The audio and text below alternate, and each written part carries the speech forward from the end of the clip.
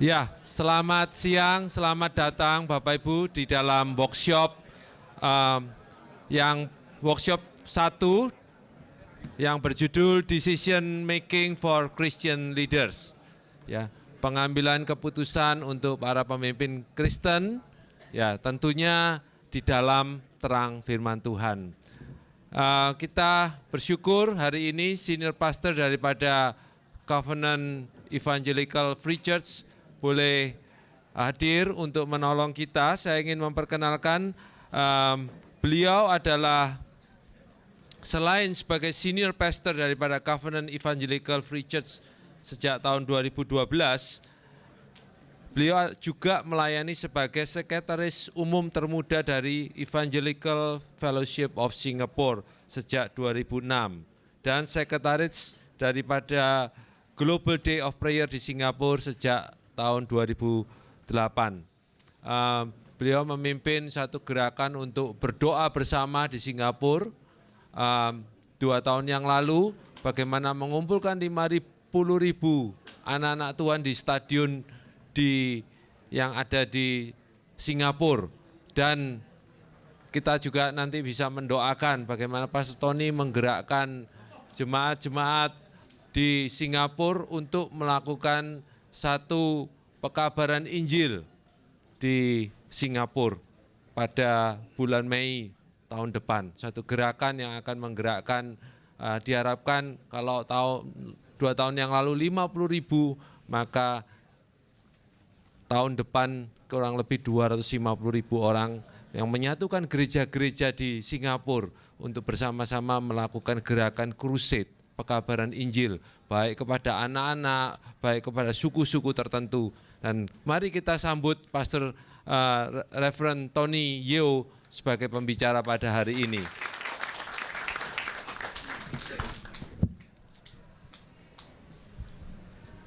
Selamat sore. Siang. Okay. Sore is afternoon, right? Yeah, boleh. Okay. Puji Tuhan, you are still alive. Puji Tuhan, Anda masih hidup. Especially after your session with Pastor Andy and Elder Cuddy. Ya, khususnya setelah sesi Anda bersama Penatua Kurdi dan Pastor Andy. I hope you are in a right workshop. Saya harap Anda berada di ruang workshop yang benar. If you're in a wrong workshop, you still have time to go to the right workshop. We promise we won't look at you. Kalau Anda di tempat yang salah, nggak apa-apa, bisa keluar, kita nggak akan memperhatikan Anda. I understand there were a lot of angry people who came yesterday because they wanted to come to the workshop, but this is only for by invitation only workshop. Ya. Saya tahu kemarin banyak yang mungkin marah, nggak bisa ikut workshop ini. Sebetulnya workshop ini harusnya berdasarkan undangan saja. This workshop is only it's only meant for those who are ready and willing to suffer for Jesus. Workshop ini hanya untuk mereka yang sudah siap untuk menderita bagi Kristus. Some of you look like you're ready to die for Jesus.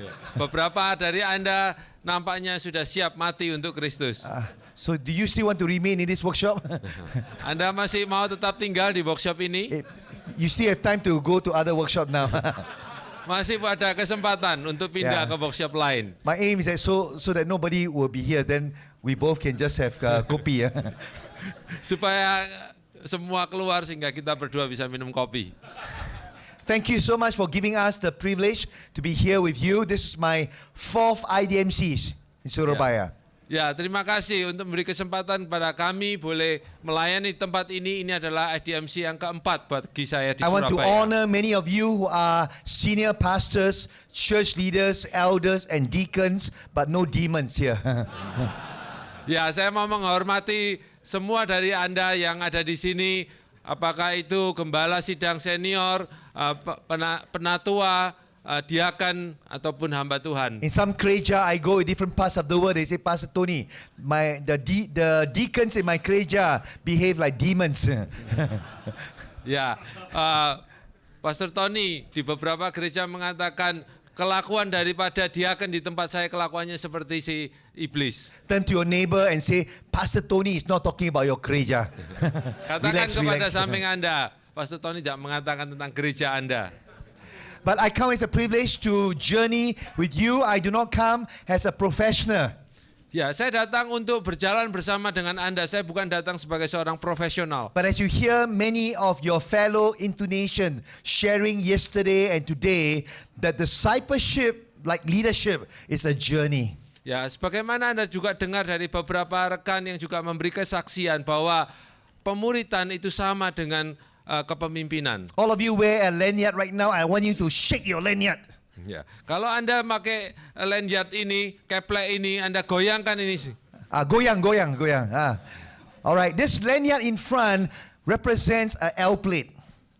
Ya, ini keplek ini merepresentasikan L plate. Yeah, L plate. L. Oh ya, huruf L. Yes. When this conference is over, you continue to wear a L shape, which means you are a learner. Ya. Ini menunjukkan tanda huruf L, di mana setelah selesai konferensi ini Anda adalah seorang yang pelajar. You are here in this workshop because all of you are leaders in different ways, in gereja, in companies, organizations, and mission agency, even in a seminary. Ya, Anda di sini karena Anda semua ingin belajar dimanapun Anda berada, di gereja, di sekolah, di perusahaan, di agen misi, di tempat-tempat. Even leaders in a marketplace. Bahkan pemimpin di tempat kerja. But today I want to give you a second L plate behind you. Ya, hari ini saya akan memberikan tanda L yang di belakang Anda. I like you lain. turn your lanyard now to belakang. Ya, kemudian kepleknya ditaruh di belakang. The belakang L plate is another L plate, L sign, Ya, di belakang ada tanda L yang lain, which represent you are a leader. yang dimana itu menunjukkan bahwa Anda seorang pemimpin. And because you are a leader, there are always people, followers, following after you. Karena Anda seorang pemimpin, maka akan selalu ada orang yang mengikuti Anda. And God has appointed you as a leader of the gereja, or your company, or organization, or mission agency, or even para-church organization or seminary. Ya, dan Tuhan sudah memilih Anda sebagai seorang pemimpin, baik itu untuk di gereja, di perusahaan, di agen misi, atau di tempat yang lain. You did not choose it, but God has chosen you. Bukan Anda yang memilih, tetapi Tuhan yang memilih. And therefore, if you are a leader today, don't tidur. Jadi kalau Anda seorang pemimpin hari ini, jangan tidur. But this workshop, you can boleh to tidur. Tapi di workshop ini Anda boleh tidur. But because you are chosen to be a leader, we are called to lead. Tapi karena Anda adalah seorang dengan tanda L di belakang, Anda dipanggil untuk memimpin. That others might follow you as you follow Jesus. Supaya yang lain mengikuti Anda dan mengikuti Tuhan Yesus. The L plate behind is to lead. Tanda L di belakang adalah untuk The L plate memimpin. in front, you say, keep on learning. Dan tanda L di depan menunjukkan bahwa Anda harus terus belajar. So that you can keep on growing. Supaya Anda bisa terus bertumbuh. Because the moment you stop learning, you start dying. Karena pada waktu Anda berhenti belajar, di situ Anda mulai mati. I'm very encouraged, inspired the fact that many of you are willing to come for both IDMC conference and especially to this lousy workshop. Ya, saya sungguh disegarkan, dikuatkan karena Anda mau datang ke conference ini secara khusus untuk workshop yang nggak baik ini. So if it's after this is not good, you can go to the committee for refund. Ya, kalau Anda merasa ini nggak baik, nanti bisa ke panitia minta ganti uang. And they will not refund you rupiah but US dollars. Anda akan diganti bukan rupiah tapi US dollar. Because the speaker is Jackie Chan. Karena pembicaranya Jackie Chan. So the title of this workshop is How Do We Make Decisions as Christian Leaders? Ya, judul hari ini adalah bagaimana kita membuat keputusan sebagai seorang pemimpin Kristen. In the light of God's word. Di dalam terang firman Tuhan. Because the theme of this conference is getting into the word. Karena tema daripada konferensi ini adalah bagaimana kita masuk di dalam firman How does the Tuhan. word of God guide us as leaders so that we make not just good decisions but godly decisions? Bagaimana kita menggunakan firman Tuhan di dalam pengambilan keputusan supaya kita bukan hanya membuat keputusan yang baik, tetapi menjadi membuat keputusan yang ilahi. How do we ensure as Christian leaders we are not employing our human intellect and wisdom, but God's divine, inspired, ordained wisdom? Bagaimana kita sebagai pemimpin Kristen bukan hanya mengambil keputusan hanya menggunakan hikmat manusia, tetapi kita menggunakan hikmat ilahi yang diberikan oleh Tuhan. How can the word of God be a lamp to our feet and a light to our path as we lead our respective gerejas? Ya, bagaimana firman Tuhan itu boleh menjadi terang bagi kaki kita dan menjadi terang bagi jalan kita. You know, every Christian leader here in this room is always tasked to know God's will in the light of His word so that we can make the right decisions. Ya, sebagai pemimpin Kristen kita punya kerinduan, kebutuhan untuk boleh mengambil keputusan yang sesuai dengan firman Tuhan. Some of you are perhaps in a stage where you're exploring whether God is calling you to move on to another ministry. Dan mungkin dari Anda ada yang sedang mengeksplorasi kemungkinan untuk masuk di dalam satu pelayanan yang baru. What role and responsibility should you embrace? Apa peran dan tanggung jawab yang harus Anda ambil? Where should the gereja be heading in the year 2018 or even next year 2019 or towards the next 10 years or the next 15 years of your gereja? Dan bagaimana gereja itu harus menuju atau arah kemana gereja itu harus pergi di 2 tahun, 5 tahun, bahkan 10 tahun mendatang. Who should I recruit and bring on staff in a church or even on board as elder or deacon or deaconess? Siapa yang harus saya rekrut untuk masuk di dalam Bagus. kemajelisan? Manaseh. Can we give him applause? Ya. Yeah. Siapa yang harus kita rekrut di dalam kemajelisan untuk duduk di dalam siapa saja yang harus direkrut dalam kemajelisan? These are all the important questions we always have to make. Itu adalah semua keputusan penting yang harus kita ambil. I have chosen this workshop to go back to the scriptures, to look at a great leader in the Bible. Dan saya memilih untuk kembali kepada firman Tuhan, bagaimana kita mencari seorang pemimpin yang sesuai dengan firman Tuhan. Probably one of the greatest leader that the scriptures have recorded for us, the man, the Apostle Paul himself. Mungkin seorang pemimpin yang terbesar di dalam Alkitab adalah seorang Rasul Paulus sendiri. Paul has an interesting leadership journey that God has led him through. Dan Rasul Paulus sudah mengalami perjalanan kepemimpinan yang Tuhan sudah membimbingnya. In every step of the way, he made all kinds of decisions and choices in the light of following God's will in his life. Dan di dalam setiap langkah kehidupannya dia selalu mengambil keputusan yang dengan mengikuti apa yang menjadi kehendak Tuhan. Turn with me, if you have your Bibles, to Acts chapter 16, and let's look as we go throughout the chapter 16 to look at some principles and lessons that we can learn as Christian leaders. Mari kita membuka daripada Kisah Para Rasul 16 ya. Acts 16, that's right. Turn with me to Acts 16.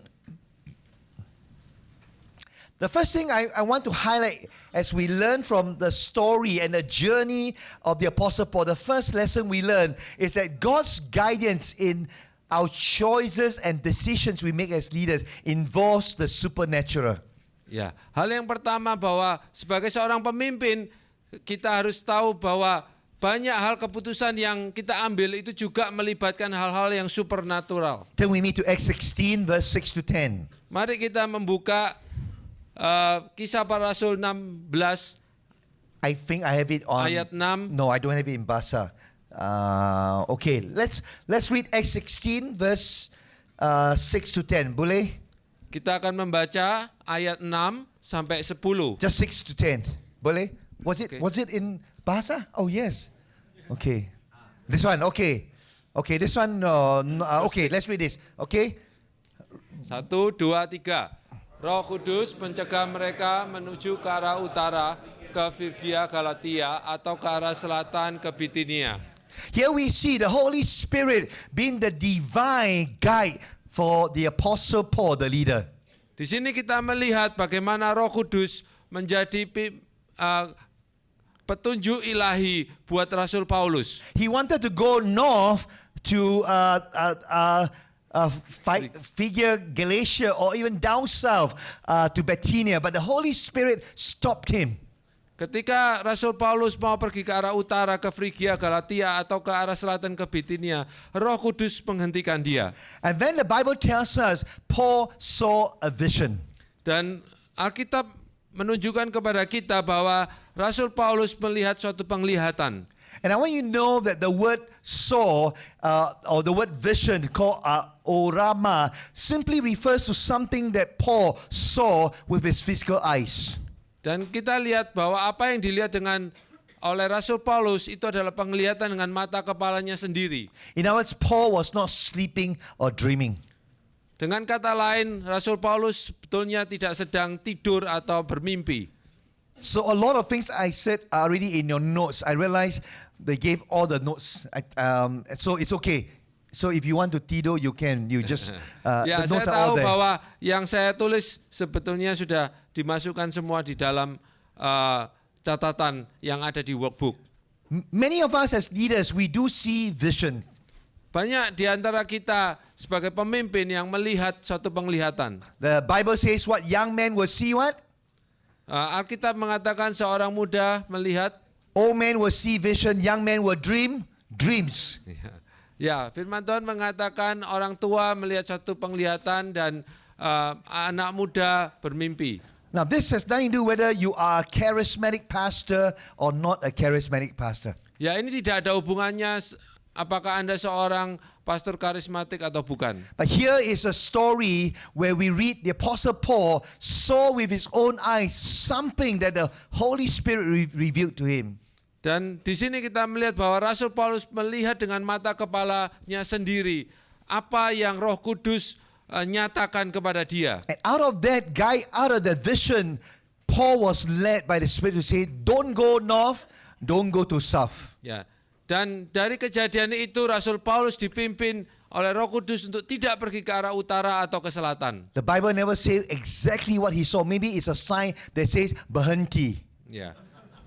Alkitab tidak mengatakan secara spesifik tanda apa yang dikatakan. Mungkin itu adalah tanda bertuliskan berhenti. Maybe he says Surabaya, I don't know.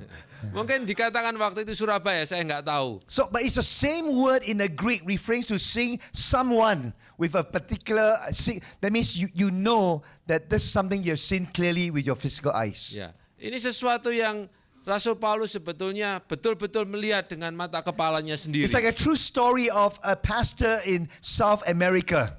Ini seperti cerita nyata dari seorang pastor dari Amerika Selatan. And he wasn't a charismatic pastor, but he knew one day the Spirit got prompt him and says, there is a man I want you to pray for healing. Ya, ini can you repeat? That there's a man, God wants him to pray for healing for the Ya, person. ada seorang yang Roh Kudus pimpin untuk dia doakan. And not only that, the person will be healed when God reveals to the pastor the name of this person. Dan Roh Kudus juga menyatakan itu nama daripada orang yang harus didoakan. So the pastor, as a servant of God, obey God and say, and out of that faith in God, he turned to this man and says, God wants to heal you. Dan dari iman kepada dari imannya maka dia datang kepada seseorang dan mengatakan, saya digerakkan Tuhan untuk mendoakan Anda. And he said to this man, and to prove that this is from God, I will know your name. Dan untuk membuktikan bahwa ini adalah dari Tuhan, dia berkata, saya tahu namamu. He says, to prove that it's from God, you will be healed when God tells me your name. Dan untuk menyatakan bahwa ini dari Tuhan, Tuhan akan memberitahukan saya siapa namamu. And so in his heart he said, Lord, Tuhan, tolong, please tell me his name. Dan di dalam hatinya dia berkata, Tuhan tolong beritahu aku siapa namanya. And he heard God say to him, you know. Dan Tuhan berkata kepada dia, kamu sudah tahu. But he said, God, I don't know his name. Tapi dia berkata, Tuhan aku nggak tahu namanya. But for the second time and the third time, he heard from God saying, you know. Untuk kedua dan tiga kali dia dengar dari Tuhan mengatakan namanya, you know. So finally he looked at this man. Dan akhirnya dia berkata kepada pria itu. And then he saw the name of this man here. UNO, UNO, UNO. Ya, kemudian dia melihat nama di dahi orang itu ada tulisannya UNO. UNO, yeah. Because this man's name is called UNO. Karena orang itu ternyata UNO. namanya betul UNO. UNO. Yeah, sounds like UNO. I know UNO, UNO. And God told him the name is UNO. Dan Tuhan memberitahu namanya adalah UNO. So God has a great sense of humor, right? Ya, Tuhan punya rasa humor yang besar ya. So get my name correct. My name is not Jackie Chan, Tonio. You all know already. Ya, jangan salah ya, nama saya bukan Jackie Chan. Now I share this true story because there is a place for the supernatural. Dan saya memberitakan firman ini, menceritakan ini karena ada ruang untuk hal supranatural. Where God intervened in such a manner. Dan Tuhan bisa masuk berintervensi dengan caranya yang khusus. I'm a son of an evangelical and I grew up in an evangelical church, never from a charismatic church. Ya, saya adalah seorang yang bertumbuh dari gereja Injili dan saya tidak pernah ke gereja karismatik. In my early years when I was a young pastor, I prayed for many people who are sick and they all mati. Sebagai orang muda, saya mendoakan banyak orang sakit dan banyak yang mati. And I say, God, my statistic and record not very good. Ya, saya catatan statistik dan rekod saya ini nggak terlalu bagus. And then God opened up doors for me to pray for people who are sick. Dan kemudian Tuhan membuka jalan kepada saya untuk mendoakan orang yang sakit. And then just pray the heart of God as a pastor, as I see different ones struggling with various sicknesses. Dan saya sebagai seorang pastor mendoakan orang-orang yang sakit dengan berbagai macam penyakit dengan hati seorang gembala. It's not a question of God can. God is powerful. He can if He wants to heal any sicknesses, as Pastor Ed mentioned this morning. Ya, ini bukan masalah tentang Tuhan bisa atau tidak. Tuhan pasti bisa. I don't pray God must because that's presumptuous faith. Ya, saya juga tidak berdoa Tuhan harus sembuhkan karena itu iman yang memaksa. But I know God is loving to this person or to the family. And I just prayed. Tapi saya tahu Tuhan mengasihi keluarga ini atau orang yang sakit ini. Maka saya hanya terus berdoa. Some mati, some by God's grace, God healed them. Ada yang mati, beberapa mati, tapi oleh karena kasih karunia Tuhan ada juga yang disembuhkan. And then God allowed me to pray from those who are sick and dying. Now to pray for couples who don't have babies and anak. Ya. Kalau tadi berbicara tentang orang-orang yang sakit dan mati, saya juga dibawa Tuhan untuk mendoakan orang-orang yang belum punya anak. And I love to see young people kawin. Ya, saya suka melihat anak-anak muda married. And after they kawin, I would love to see them to become fathers and mothers. Setelah mereka married, saya suka kalau mereka menjadi ayah dan ibu. Because it is God's will for couples to be what? Fruitful and multiply. Karena itu adalah kehendak Tuhan untuk mereka boleh beranak cucu dan berlipat ganda. So that we can raise godly generations for the kingdom of God. Supaya kita boleh membangun generasi ilahi. But a lot of couples don't want to give birth because they are so busy in their work, they are so tired.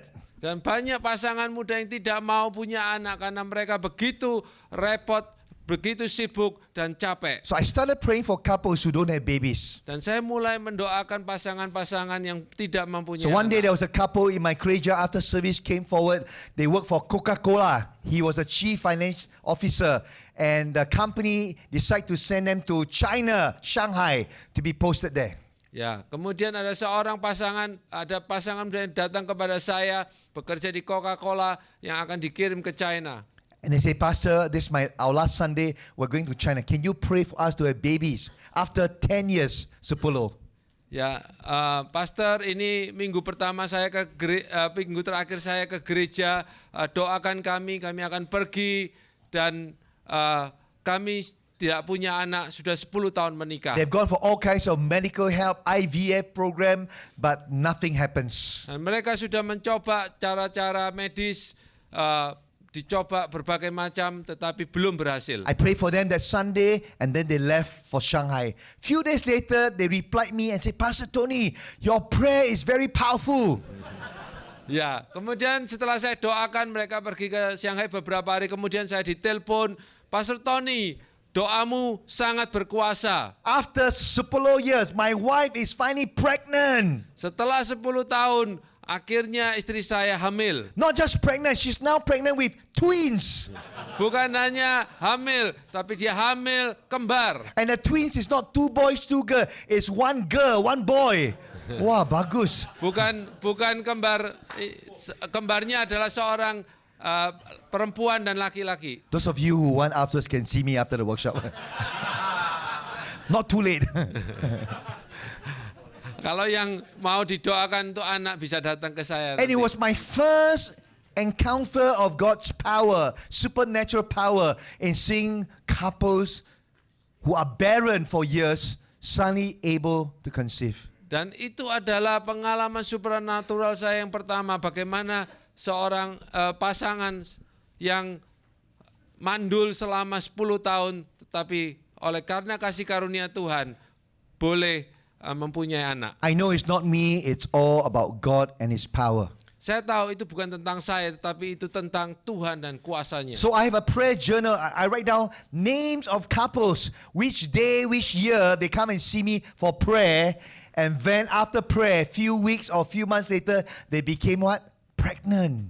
Ya, dan saya punya jurnal, saya mencatat semua pasangan-pasangan yang saya doakan, tanggal berapa, bulan apa, yang dimana setelah berapa lama saya doakan dan mereka akhirnya boleh punya anak. Because I believe God's guidance involves supernatural ways as well. Karena saya percaya pimpinan Tuhan juga melibatkan cara-cara supranatural. But then as we read the story, it goes on from verse 11 to 15. We see that God's guidance for us as Christian leaders also involves the natural. Tapi kemudian kita juga akan melihat bahwa pimpinan Tuhan itu juga melibatkan hal-hal yang natural. We don't just sit there and do nothing and say, God guide us, God show up. Kita tidak hanya duduk kemudian tidak melakukan apa-apa terus minta kepada Tuhan, Tuhan pimpin kami, tunjukkan kami. We see what happened here in Acts 16. Dan kita lihat di dalam Kisah Para Rasul 16. In fact, after verse 15, when the Holy Spirit stopped Paul from going north to south, the rest of the time in the passage, there's no mention. In fact, there's a period of silence. Holy Spirit was not mentioned at all. Dan kita lihat setelah ayat 15, di situ tidak lagi dicatat bahwa Roh Kudus berkata-kata. That does not mean that God has left you. Itu tidak berarti bahwa Tuhan meninggalkan engkau. Because there's some of us who are Christian leaders praying for years, but nothing seems to be happening. Sebagai pemimpin Kristen kadang kita sudah berdoa bertahun-tahun tapi nampaknya tidak ada yang terjadi. So the Bible tells us here in Acts 16, what did Paul and his team did when the Holy Spirit stopped them? The Bible tells them they were checking out the environment around the city around there, and then they found less than 10 Jewish men in Philippi. Ya, ketika tidak terjadi apa-apa, kemudian Rasul Paulus bersama dengan para penatua keluar untuk mengecek apa yang terjadi di kota Filipi. In other words, they did the next best thing. Dan yang terjadi adalah mereka melakukan hal yang terbaik kedua. It was Sabbath day, and the Bible says they went to the riverside to look for a place to pray. Dan itu pada hari Sabat mereka mencari tempat untuk berdoa. They found receptive people, and there at the riverside, the Bible says in Acts 16, they conducted a service. Dan di situ di seberang sungai mereka mengadakan satu pelayanan. And some of them who heard the word of God preached by Paul and his team became believers in Christ. Dan beberapa dari mereka yang mendengar khotbah dari Rasul Paulus, mereka menjadi percaya kepada Kristus. One of them was by the name of Lydia. Lydia received Christ. Dan seorang dari mereka namanya Lydia. Lydia menerima Kristus. So they didn't just sit there, do nothing. They did the best thing next. That is to look, where else can they go? And the Bible tells us they went to this riverside. Mereka tidak hanya duduk dan tidak melakukan apa-apa, tetapi mereka melakukan hal yang terbaik berikutnya. I want to Mereka share keluar. I want to share two theological reflection in the light of the unfolding of this story. Saya akan menceritakan dua refleksi teologis. The first, of course, is the voice of God type of Christianity. Yang pertama adalah tipe kekristenan suara Allah. Because there are Christians and there are pastors and leaders always embracing this kind of Christianity where they say, God must speak to me. Should I stay throughout after workshop? What should I do? Should I go toilet? Should I go makan kopi or back to the hall? They're always waiting for the voice of God to speak. Ya, ada tipe pemimpin yang terus mendengarkan suara Tuhan. Setelah workshop ini saya harus kemana? Apakah saya ke toilet atau ke toko buku atau ke tempat yang lain? You know, they live every day their Christian life waiting for a word from the Lord. Dan setiap langkah kehidupan mereka selalu menantikan suara Tuhan. They feel paralyzed or immobilized unless they can sense what God's word or what God's will is for their life. Mereka akan merasa lumpuh kalau mereka tidak mendengar suara Tuhan. John White, a great theologian, told the story once when he was asked in a conference or workshop like this, and somebody asked, "Is there a word from the Lord for me?" One of the delegates asked John White. Ya, seorang John White ketika mengadakan workshop seperti ini, seorang menanyakan, apakah ada firman Tuhan untuk saya? And John White lifted his Bible here and say, "Here are all the words of God for you." Dan John White mengangkat Alkitabnya, mengatakan, inilah semua firman Tuhan untuk kamu. I think we all know that God has given us the revealed word of God here. This is the written word of God. Ya, kita semua tahu bahwa ini adalah firman Tuhan yang sudah dituliskan. Jesus is the living word. Dan Tuhan Yesus adalah firman Tuhan yang hidup. And we must embrace what I call the theology of the next thing. Karena itu kita harus memiliki teologi the next thing. If God has already spoken to you about something from His word, Kalau Tuhan sudah berbicara kepada kamu dari firman-Nya, I give you example, if God calls us to be found faithful in all that He places us in.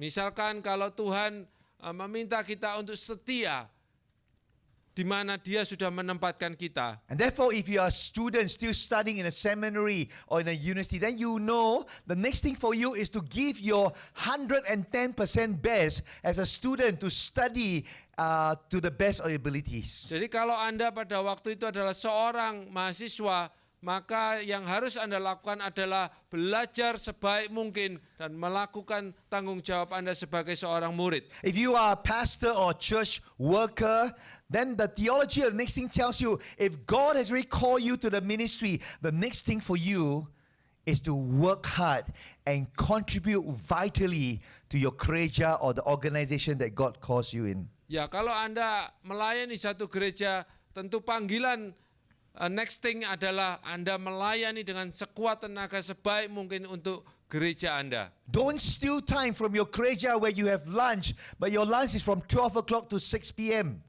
Ya, jangan mencuri waktu dari pelayanan di gereja Anda. Jangan sampai makan siang Anda mulai dari jam 12 siang sampai jam 6 sore. Or the theology of the next thing tells us, if you are a full-time worker, never speak bad of another full-time worker or pastor in the same city or in the same country. Ya. Teologi hal berikutnya atau next thing itu adalah kita tidak boleh mengatakan hal yang jelek kepada rekan pelayanan kita atau kepada pastor kita atau kepada rekan sekerja kita. Because God's guidance involves both the supernatural and the natural. God expects us to use our common sense. Karena pimpinan Tuhan itu bisa terjadi dalam bentuk supranatural ataupun yang natural. Tuhan mau kita melakukan common sense kita, akal sehat kita. But the very foundation of our common sense, our faith, comes from the Word of God. Tetapi yang menjadi dasar atau fondasi akal sehat kita itu ditemukan di dalam firman Tuhan. Revealing to us the very purposes and the will of God. Karena akan menyatakan kepada kita apa yang menjadi tujuan daripada kehendak Tuhan. But the second group of Christianity that I want to talk about is those who call themselves the fully rational type of Christianity. Tapi ada kelompok yang kedua, yaitu mereka yang sangat rasional. Who are these people?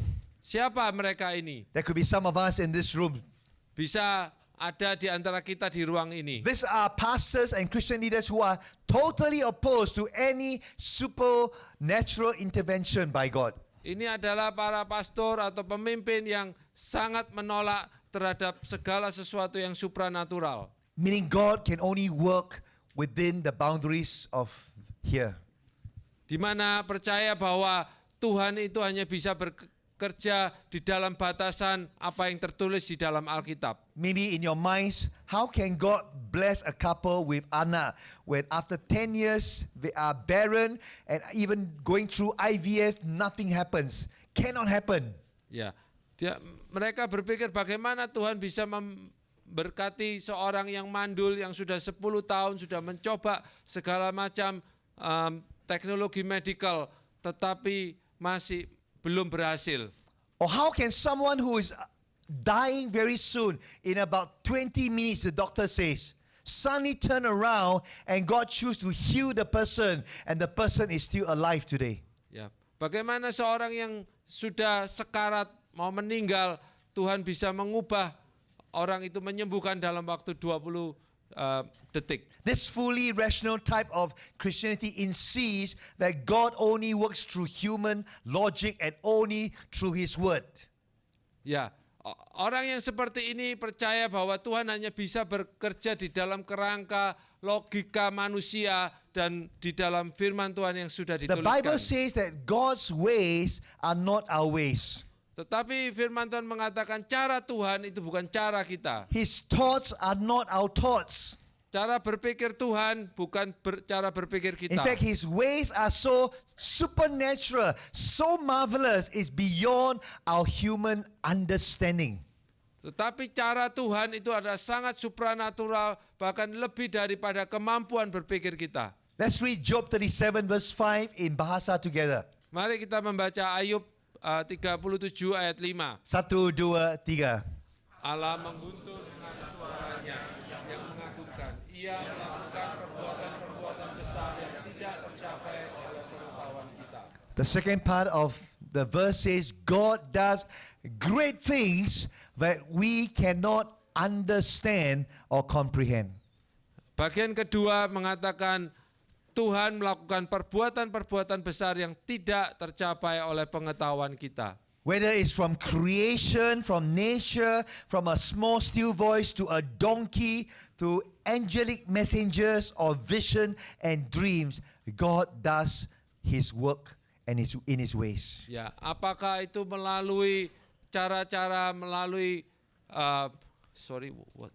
In other words, God can choose some of these supernatural ways, like from a small still voice to using a donkey to angels, angelic messengers. Tuhan bisa menggunakan cara-cara melalui suara yang lembut atau bahkan melalui keledai atau melalui malaikat. Please do not misunderstand me. I'm not saying that we should accept every dream, every vision, every impression that comes. Tolong jangan disalah mengerti bahwa kita nanti harus menerima segala mimpi, segala penglihatan, segala suara. The Bible says it must be grounded and tested within the boundaries and the parameters of God's truth here. Tetapi ini semua harus diuji berdasarkan apa yang dinyatakan oleh Alkitab atau firman Tuhan. So by all means, ask God for dreams and vision. Karena itu mintalah kepada Tuhan untuk mimpi atau visi. But always test it with the scriptures. Tetapi selalu uji dengan firman Tuhan. Now some of you may argue that, Pastor Tony, Acts chapter 16, the genre of the text applies only to the book of Acts. Some of you may say that what we hear and learn from Acts 16 only applies to the book of Acts because of the fact that the Holy Spirit works that way. Ya, apa yang ada di dalam Kisah Rasul 16 itu hanya bisa diterapkan untuk kitab Kisah Para Rasul karena sesuai dengan genrenya. I believe the Holy Spirit is as active and real in the days of the Apostle Paul as he is today. Saya percaya Roh Kudus tetap aktif bekerja sebagaimana dia sudah bekerja di dalam zaman Rasul Paulus sampai sekarang. Some of you, if you are students of hermeneutics, you know that the book of Acts is essentially an historical book. Ya, beberapa dari Anda yang belajar bahwa hermeneutik, buku dari kisah para rasul itu adalah buku sejarah. Which means it is purely descriptive of the life of the early church. Yang mana berarti bahwa itu adalah suatu deskripsi tentang kehidupan daripada gereja mula-mula. Is descriptive but not prescriptive for us today. Ya, ini deskriptif tapi tidak preskriptif. But to say that doesn't mean that the book of Acts has no prescriptive value for us. Ya, ini bukan berarti bahwa ini tidak mempunyai nilai-nilai preskriptif atau peraturan. So let's read 1 Corinthians 10:11 why God records his truth for us in the word. Ya, mari kita lihat 1 Korintus 10 ayat 11 bagaimana hal ini sebetulnya mengandung kebenaran. 1, 2, 3. Semuanya ini telah menimpa mereka sebagai contoh dan dituliskan untuk menjadi peringatan bagi kita yang hidup pada waktu di mana zaman akhir telah tiba. So the Bible tells us, the Holy Spirit who inspired the word of God through all these authors, that all these things happen to be an example to us. Ya, firman Tuhan mengatakan bahwa segala sesuatu yang terjadi ini supaya menjadi contoh bagi kita semua. Right at the start of this workshop, what am I trying to emphasize? Di awal daripada workshop ini, sebetulnya apa yang ingin saya tekankan? We see in scriptures how God led Paul and his team.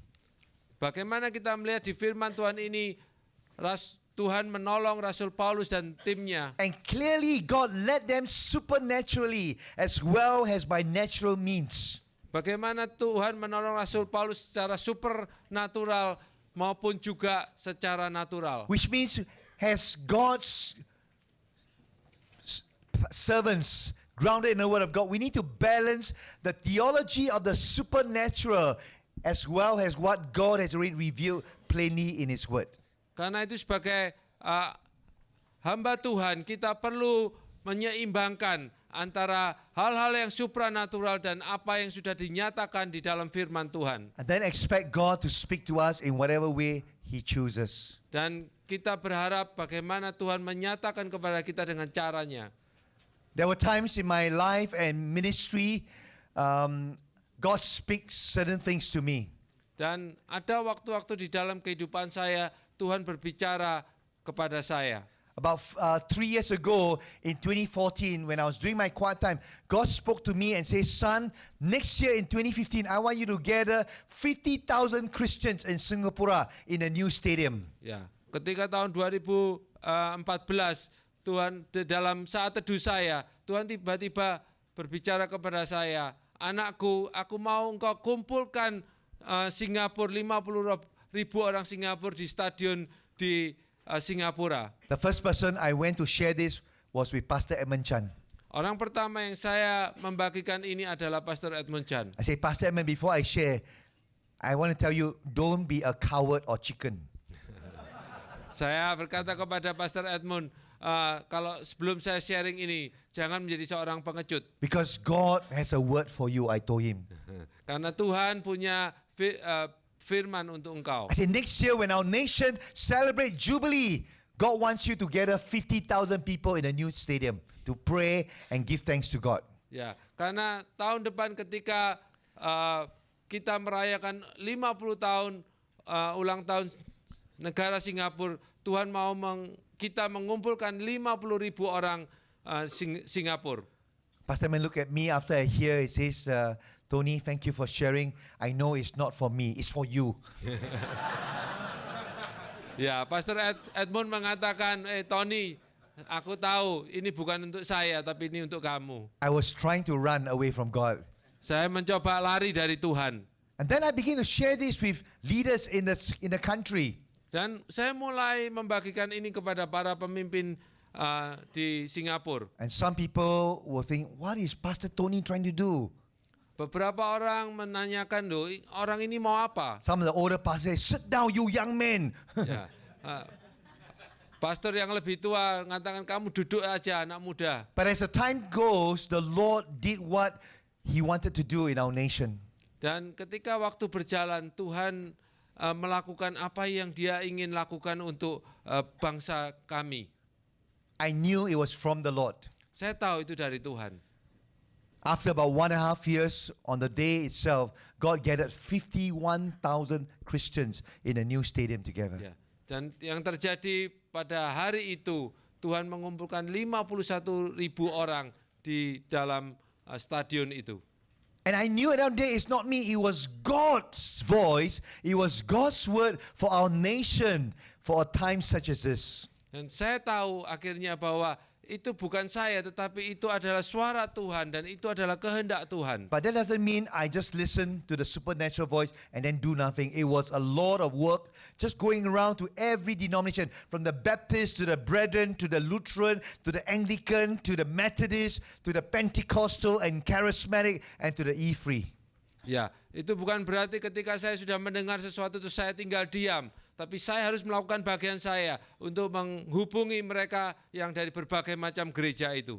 But the third lesson and principle I want to share with you is that God's guidance cannot be determined by circumstances alone. Ya, tuntunan Allah itu tidak dapat ditentukan hanya oleh keadaan saja. Many of us as pastors and leaders, we sometimes gravitate to the circumstances in our ministry to make Kadang-kadang decisions. kita sebagai pemimpin condong untuk mengandalkan keputusan berdasarkan apa yang keadaan yang sedang terjadi. And you will find this in Acts chapter 16 from verses 16 to 40, how Paul was surrounded by various circumstances in his ministry. Dan kita temukan itu di dalam Kisah Para Rasul 16 ayat 16-40, bagaimana Paulus dikelilingi oleh berbagai macam keadaan. You will learn from verse 16 to 24 that the first principle we learn is that unfavorable circumstances by themselves do not necessarily imply we are not in God's will.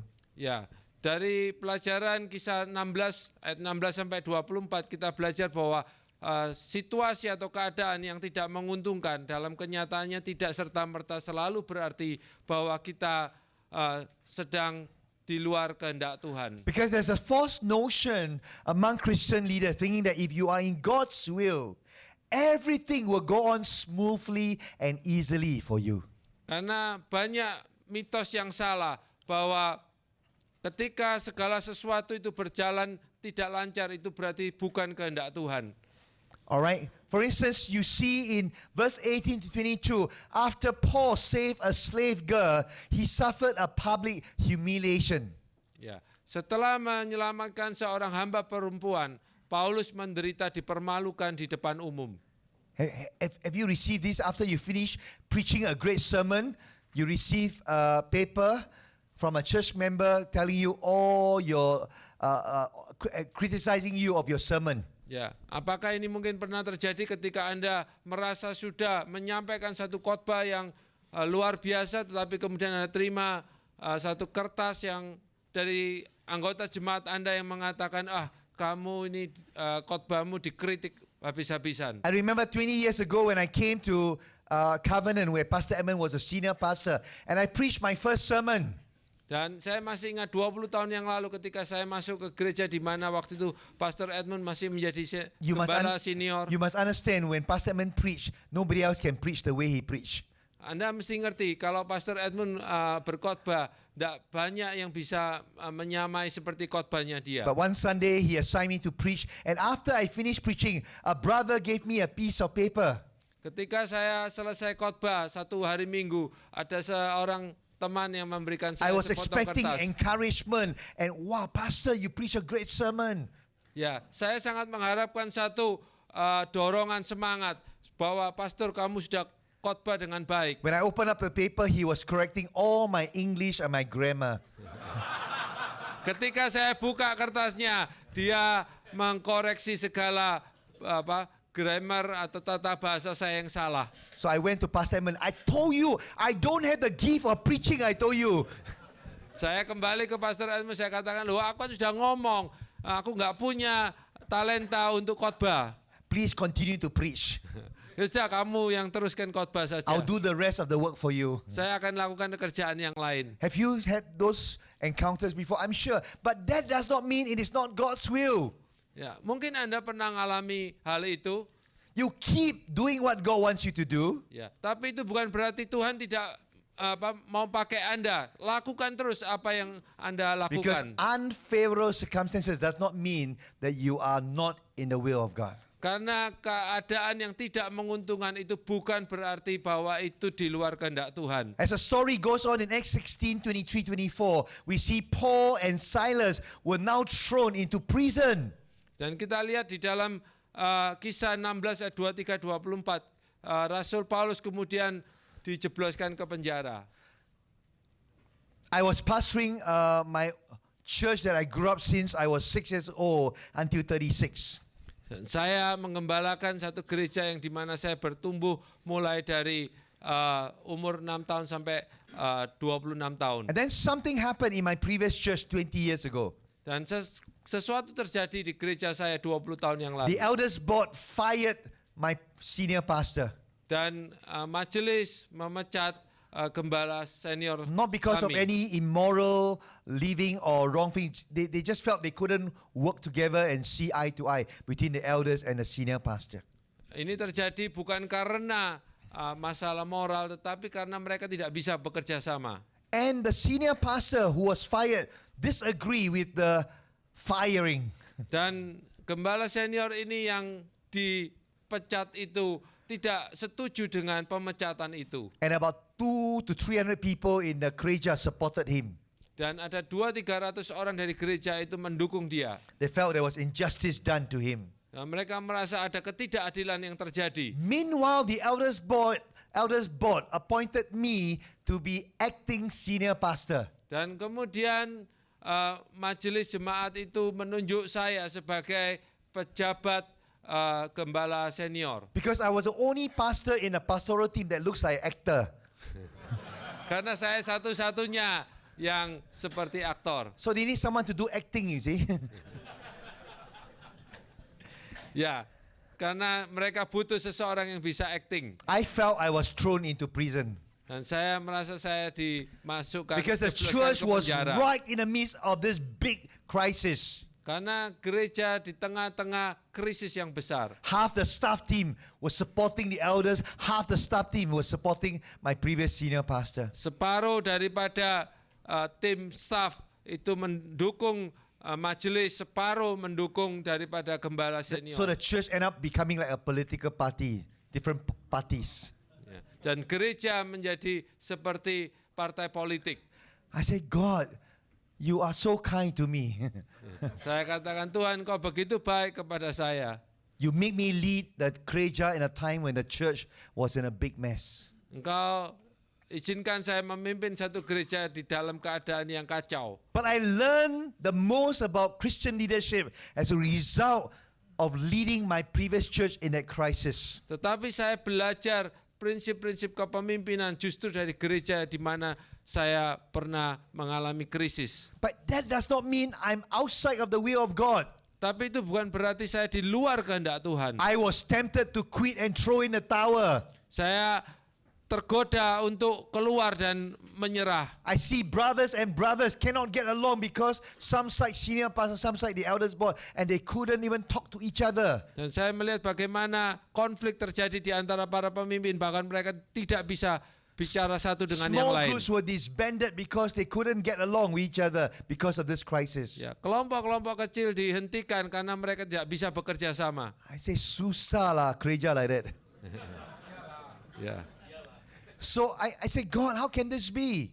Saya bertanya kepada Tuhan, Tuhan bagaimana hal ini bisa? But out of the ashes Tapi dari debu arises the beauty of the Lord in the church crisis. timbullah satu keindahan daripada krisis itu. And then we see in Acts 16 verse 39 as the story continues with the Apostle Paul and his team. They were subsequently escorted out of town.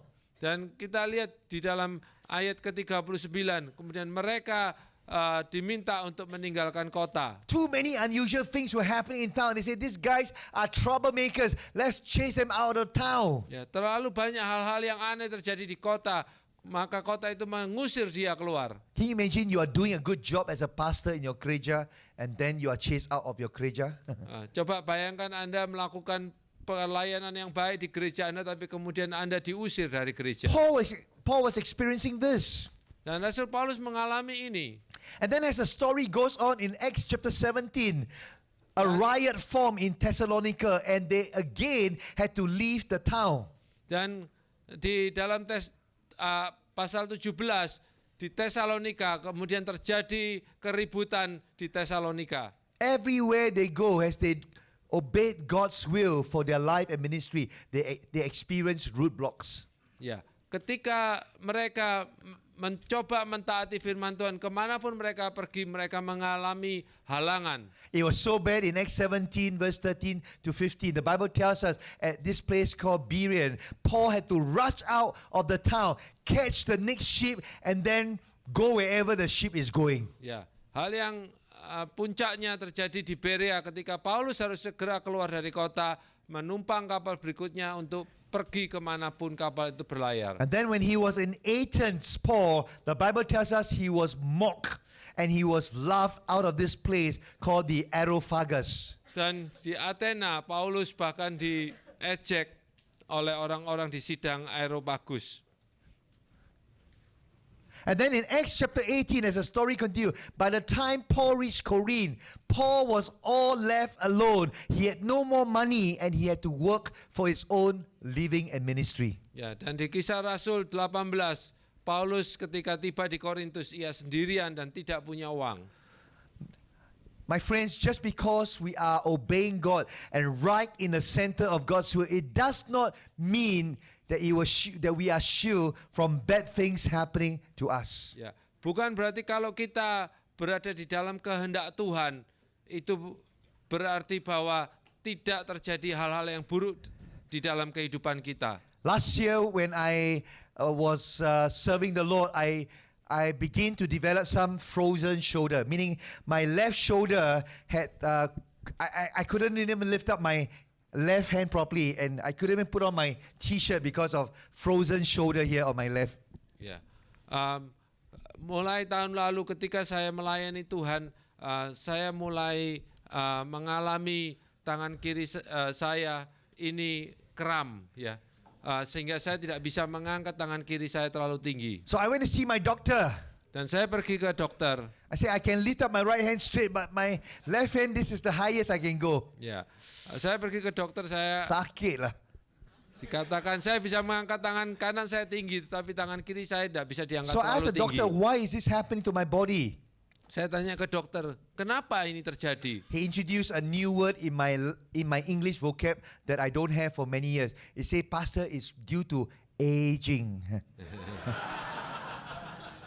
Katanya itu semua terjadi karena umur, It's called penuaan. the degeneration of the body. Dan itu karena proses degenerasi daripada tubuh kita. In other words, even though you go to the Forever Shop 21 many times, you are not forever 21.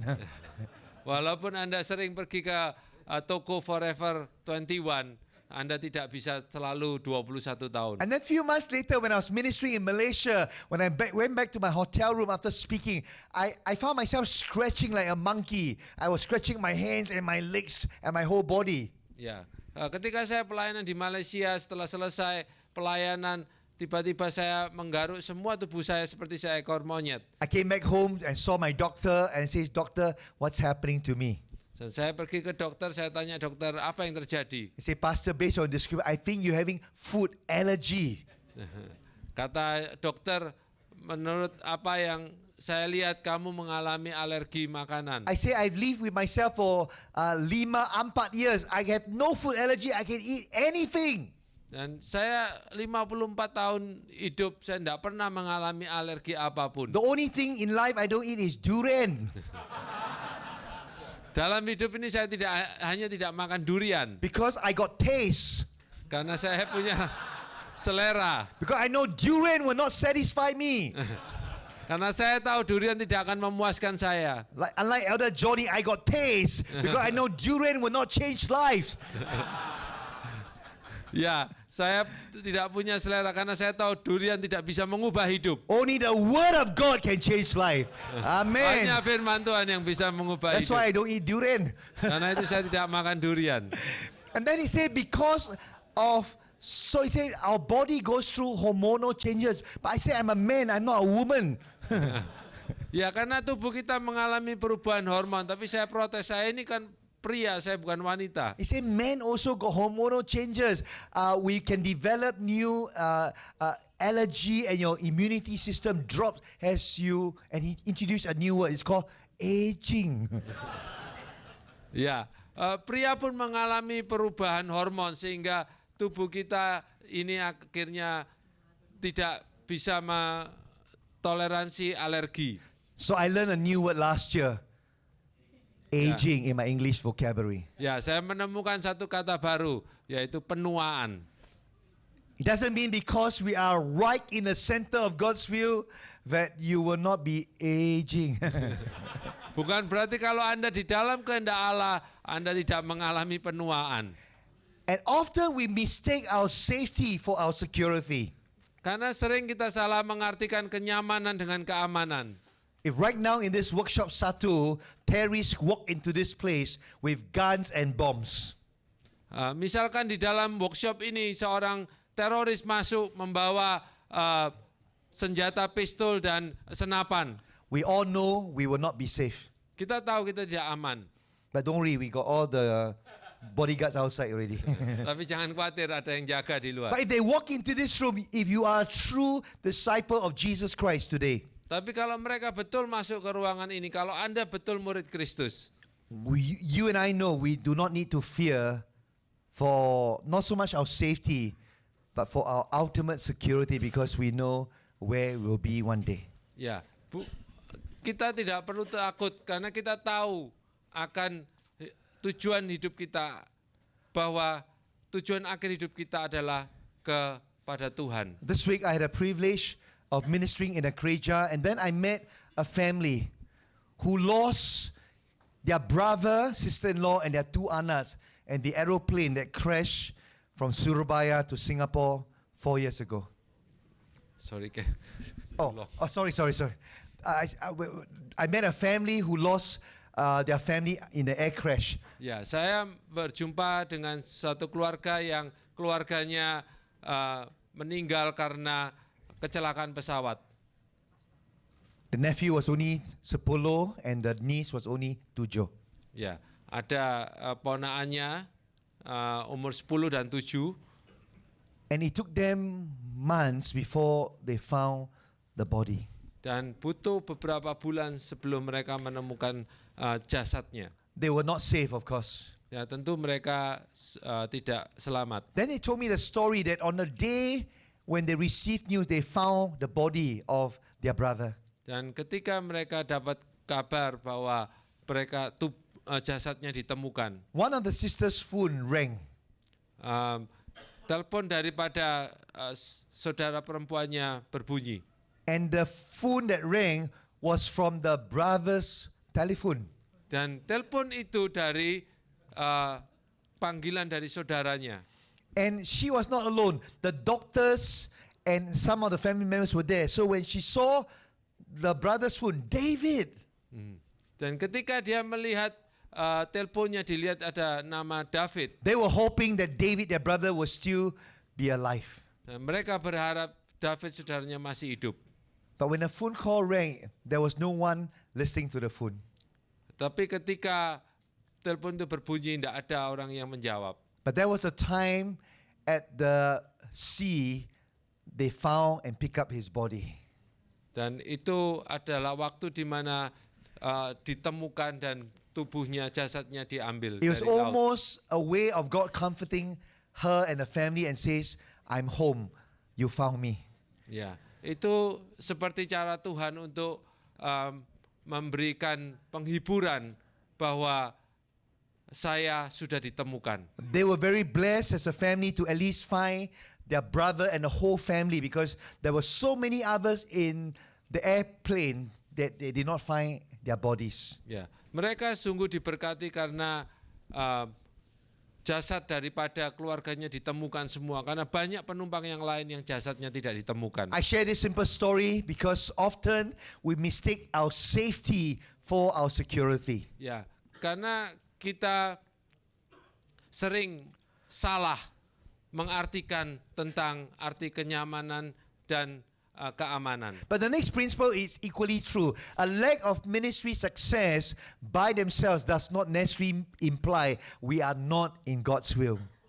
Ya, berikutnya adalah tentang kurangnya keberhasilan di dalam pelayanan. Dalam kenyataannya tidak serta-merta selalu berarti bahwa kita sedang tidak berjalan dalam kehendak Allah. We see this in Acts chapter 16 in verse 15, 18 and 30. Things were not happening in the ministry.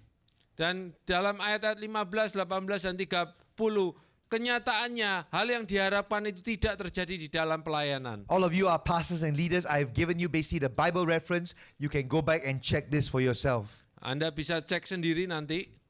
Because another false notion that many Christian leaders have is that if we are right in the center of God's will, there will be plenty of success and fruits in our ministry. Dan kita berpikir bahwa kalau kita ada di dalam kehendak Allah, di situ akan banyak hal-hal yang berhasil dan berbuah di dalam pelayanan kita. Our gereja will grow.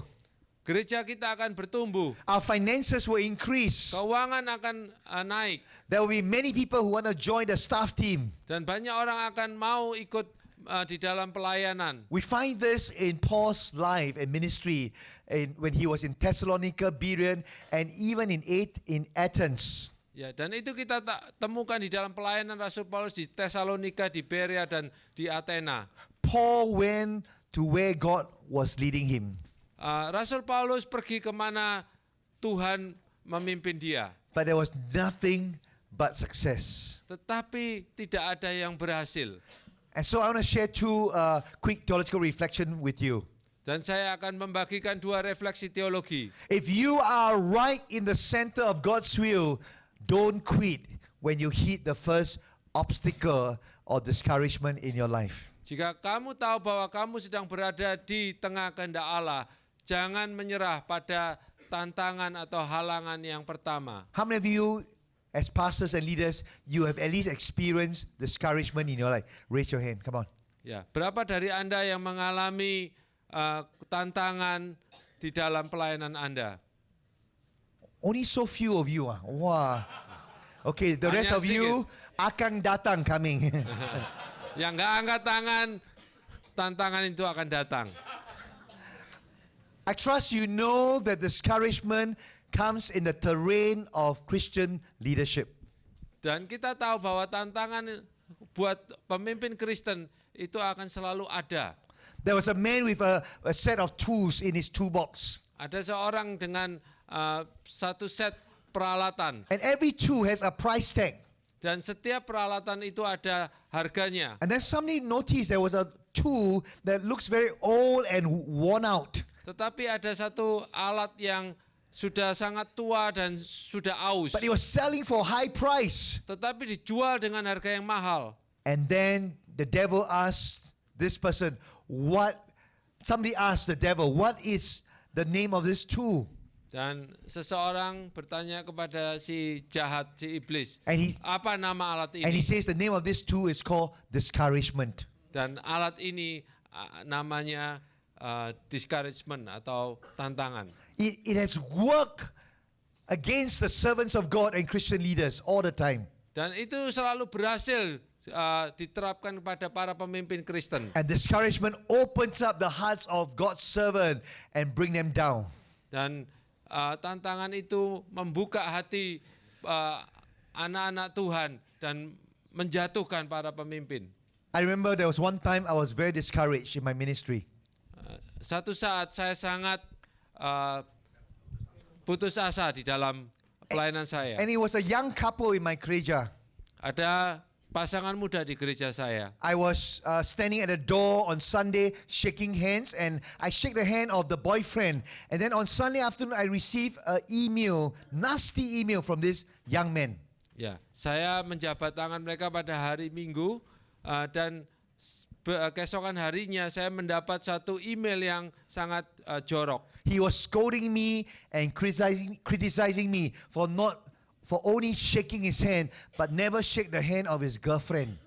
Dia begitu marah karena hanya menyalami tangannya, tetapi tidak menyalami pacarnya. I know you don't have this kind of people in your gereja. It's only in my gereja. Saya tahu ini Anda tidak punya jemaat seperti itu, hanya ada di gereja saya. So I learned whenever you get a long, nasty email, always reply short reply. Ya, ketika Anda dapat email yang panjang, saya belajar untuk menjawab dengan pendek. So I apologize and I says, please forgive me. I'm willing to say sorry to you and your girlfriend. Dan saya katakan saya minta maaf dan saya mau ketemu dan siap untuk minta maaf kepada kamu dan teman perempuanmu. And the couple tried to avoid me. Dan pasangan itu mencoba menghindari saya. And because in Singapore we are satu gereja, but we have 3 different locations in Singapore. Karena gereja kami di Singapura, kami adalah satu gereja tapi punya 3 lokasi. So they try not to be around in the same location when I'm around. Tapi mereka mencoba untuk ke tempat di mana saya ada. One Sunday when I was preaching, Saya tidak ada. one Sunday when I was preaching in one location, the couple saw me coming up to preach, and they stood up and they walked out of the sanctuary. Ya. Ketika mereka melihat saya khotbah di satu tempat, mereka berdiri dan meninggalkan gereja. You can imagine how discouraged. In fact, I almost didn't know how to preach when I saw the couple walking out on me. Ya. Anda tahu bagaimana saya sedih ketika melihat pasangan itu meninggalkan And this went on for gereja. 1 year. Dan itu terjadi selama 1 tahun. When I replied this couple, I BCC to some of my senior staff, including Pastor Edmund Chan. Dan ketika saya menjawab pasangan ini, saya memberikan tembusan kepada beberapa staf senior yang lain, juga termasuk kepada Pastor Edmund Chan. And they said to me, Pastor Tony, you're so kind and gracious. If it's me, I slap them and say, what's the problem with you? Ya, Pastor Ed mengatakan, Pastor Tony, kamu ini sangat baik. Kalau saya sudah saya tampar itu. You're so full of yourself, young people, you know. But after 1 year, I remember after preaching in one location and ministering to those people in front for prayer, at a window of my eye, I saw this couple who avoided me for 1 year waiting in front. Ya, suatu hari ketika saya melayani beberapa jemaat yang didoakan di depan, di sudut mata saya melihat pasangan ini juga maju untuk didoakan. I was all ready for them to scold me some more after 1 year. Saya siap untuk kemudian dimarahi lagi oleh pasangan ini. They came to me in front and says, Pastor Tony, we have a confession to make. Dan mereka datang kepada saya berkata, Pastor Tony, saya punya pengakuan. After this 1 whole year, we realized we were wrong. Setelah 1 tahun ini kami sadar bahwa kami salah. We were so proud. Kami sangat sombong. And so on and so forth. They say, Pastor, would you forgive us? Dan Pastor, kamu mau ampuni kami. So I say, actually, in truth, I have nothing to forgive because I never harbor how you behave towards me inside my heart. If not, I will mati, you know, as a pastor. Ya, saya tidak punya sesuatu untuk dimaafkan karena saya tidak pernah menyimpan kemarahan atau perlakuanmu kepada saya. Kalau enggak, saya bisa mati muda. And so I begin to pray for them. Dan kemudian saya mendoakan dia. In the course of prayer, the Holy Spirit spoke to me. Dan kemudian ketika saya sedang berdoa, Roh Kudus berbicara kepada saya. Child, tell this couple, God wants to use them for full-time ministry next time. Ya. Katakan kepada dia bahwa Tuhan mau pakai dia untuk penuh waktu. In my heart, I say, God can, but don't come to my gereja. Go to GKI, GKA, GKT, you know? GKBY. Saya berkata, ya boleh Tuhan, tapi jangan di gereja saya. Suruh mereka melayani full time di GKI, GKA atau GKT. In my heart, I say, Lord, send them as missionary to Bandung, to Pekanbaru, to Jakarta, to Surabaya. Dalam hati saya berkata, Tuhan kirim mereka untuk jadi missionary di Jakarta, di Bandung, di Surabaya. So I just released that burden and says the Lord wants to use you in the coming years in a full-time Christian ministry. Get ready. Dan saya berkata kepada dia dan saya sampaikan, Tuhan mau pakai engkau untuk pelayanan penuh waktu. Engkau siap-siap. Few weeks later, Berapa minggu kemudian, the couple prayed and then they came to me and said, Pastor, we heard the Lord spoke to us. We are giving ourselves full time to work in a para church organization. Wow. Thank God. Not in my gereja. ya, setelah beberapa hari kemudian mereka datang, mereka mengatakan, Pastor, Tuhan berbicara kepada kami untuk kami melayani penuh waktu dan melayani di satu organisasi para church. So with Dan saya lega. So with the permission of this couple in my gereja, I shared this story one time in the sermon. Ya, dengan izin daripada pasangan ini, saya men-sharingkan, membagikan cerita ini di hadapan jemaat. Being authentic and of course not mentioning the couple's name. Huh? Ya.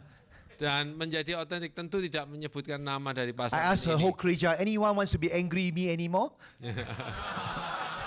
Saya tanya kepada seluruh jemaat, ada yang mau marah lagi sama saya? Because if you are, God may call you full time. Kalau engkau marah, Tuhan akan panggil engkau penuh waktu. I don't know what kind of obstacle and struggles you are going through this afternoon.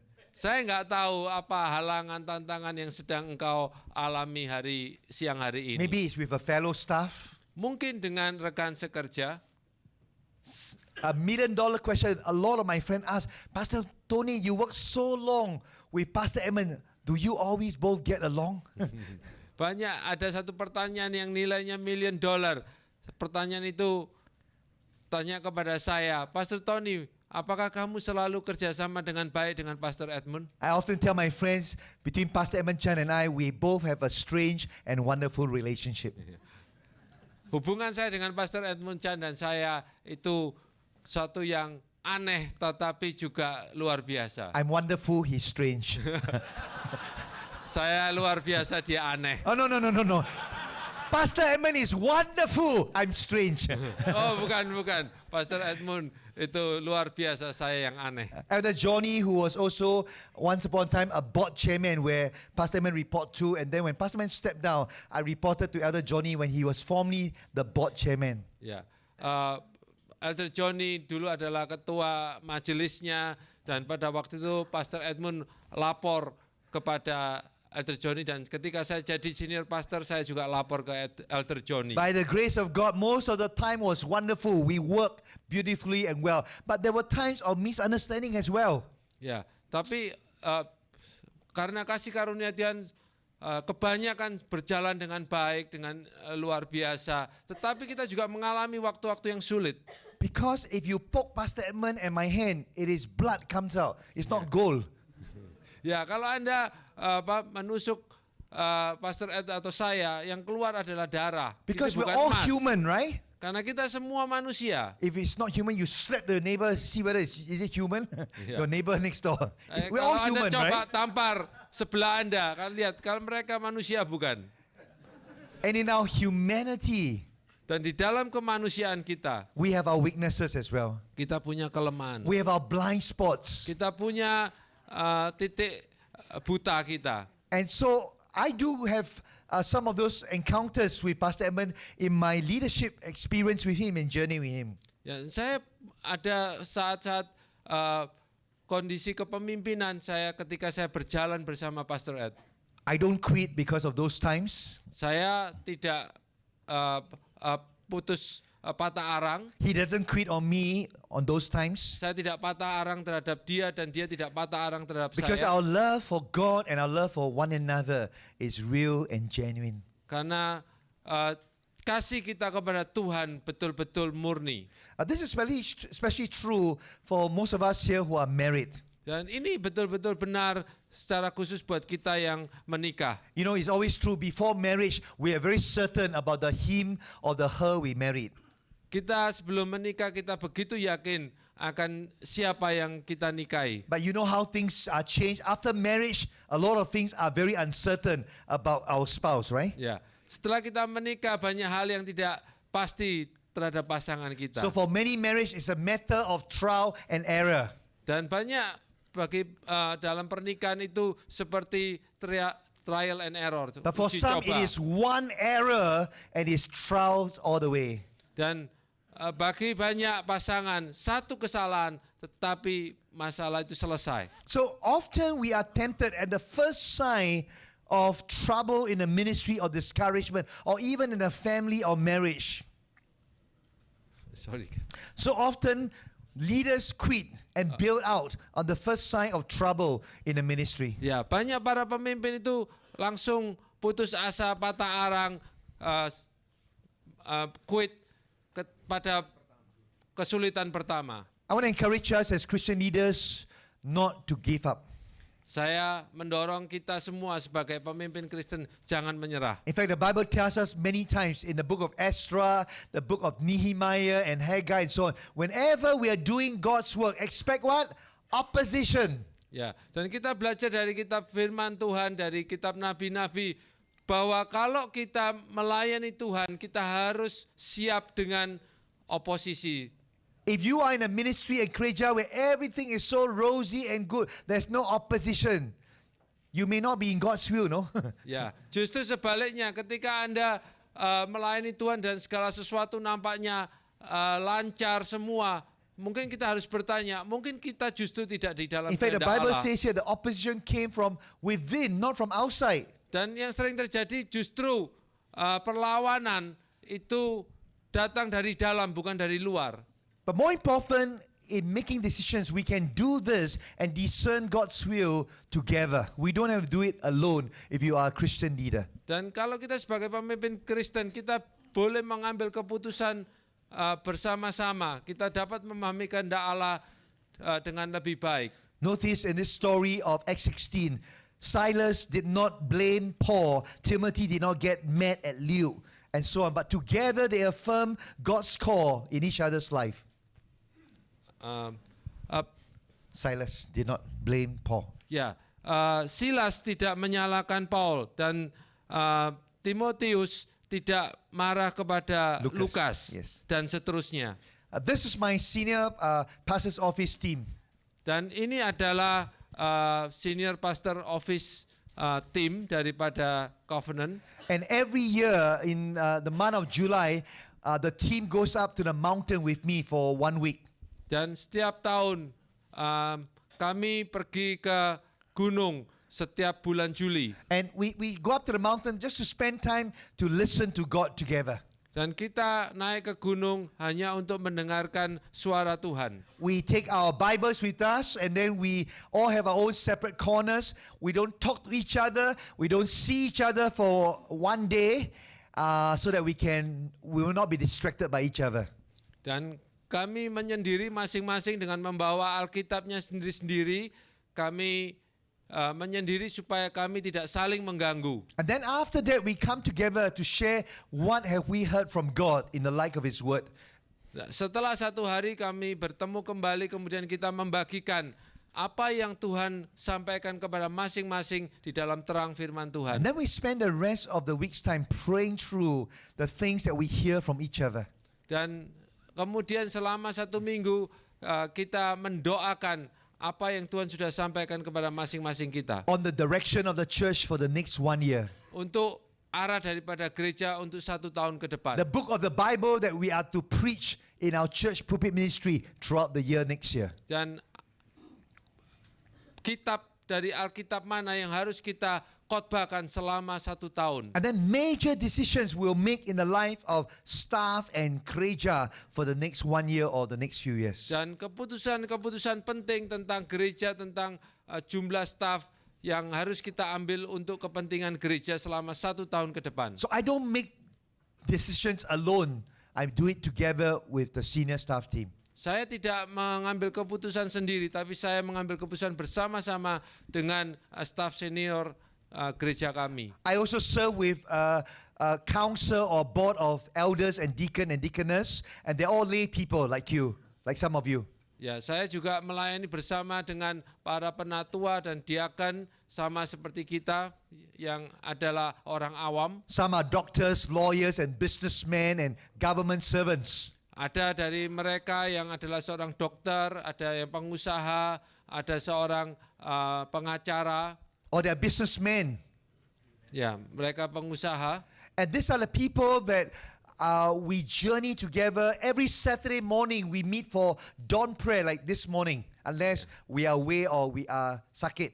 Ya, setiap hari Sabtu pagi kita bersama-sama berkumpul untuk berdoa, kecuali hari ini kami ada pelayanan. And together we discern God's will and then make decisions and choices together for the good of the church. Ya, bersama-sama kami memahami apa yang menjadi kehendak Tuhan untuk gereja. This January, Pastor Andy got me to gather some of the key Indonesian mission partners that we have from Bandung, from Surabaya, and from Pekanbaru and so on. And we went up to Surabaya Prayer Mountain. Ya, Januari tahun ini bersama-sama para pemimpin gereja di Surabaya kami pergi untuk berdoa di Bukit Doa. How many of you have been to this Surabaya Prayer Mountain? Siapa yang pernah ke Bukit Doa? Immanuel. Emmanuel, is it? It's called Emmanuel? Raise your hand. Wow, so few of you. This is the second largest prayer mountain in Asia. Ya, ini adalah Bukit Doa terbesar kedua di Asia. The largest prayer mountain is of course in Korea. Dan Bukit Doa terbesar ada di Korea. I love this prayer mountain except that it's not cold. It's so panas. Saya suka tapi tidak dingin, agak panas. And that's what I told Pak Yusof from Mawang Sharon who built this prayer mountain. Ya, karena itu saya beritahu dia. I said, can you please have some aircon in this prayer mountain? And after spending 3 days, 2 nights together, the group, Setelah kita waktu bersama selama 3 hari 2 malam, many of them had at least 1 day on their own to listen to God alone. dan masing-masing menyediakan waktu selama 1 hari untuk mendengarkan suara Tuhan. And then we came together after that 1 day alone to hear together what is God saying to us about what God is doing in Indonesia. Dan kemudian kami berkumpul untuk membagikan apa yang Tuhan mau bersama-sama untuk kita lakukan di Indonesia. When we took this picture, they said, wow, Pastor Tony, all of you like glowing, huh? Wow, the glory of God, you can see the picture glowing, the face and the shirt, I don't know. Ya, ketika melihat gambar ini, Anda kelihatan bersinar begitu. Especially Pastor Notch from Pekanbaru, he's like, wow, bright. Khususnya untuk Pastor Noh, kelihatan bersinar.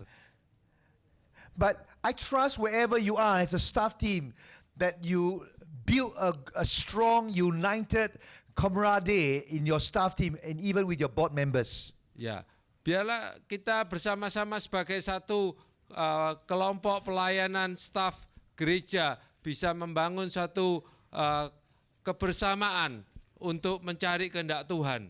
But I learned even as a servant of God that God is more concerned about what He wants us to be rather than what He wants us to do. Ya, Tuhan lebih peduli kepada kita menjadi siapa diri kita daripada apa yang akan kita kerjakan. We find this even in Apostle Paul testimony of all the journey he went through in Acts, that something God was teaching him.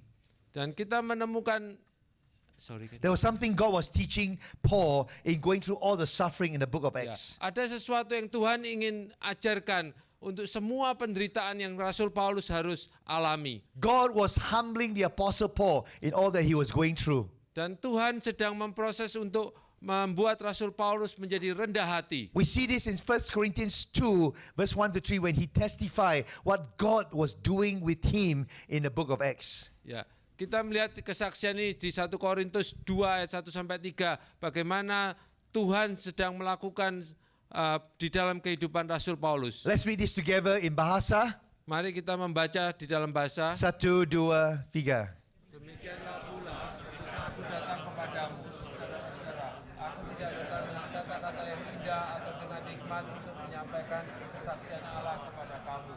Sebab aku telah memutuskan untuk tidak mengetahui apa-apa di antara kamu selain Yesus Kristus, yaitu Dia yang disalibkan.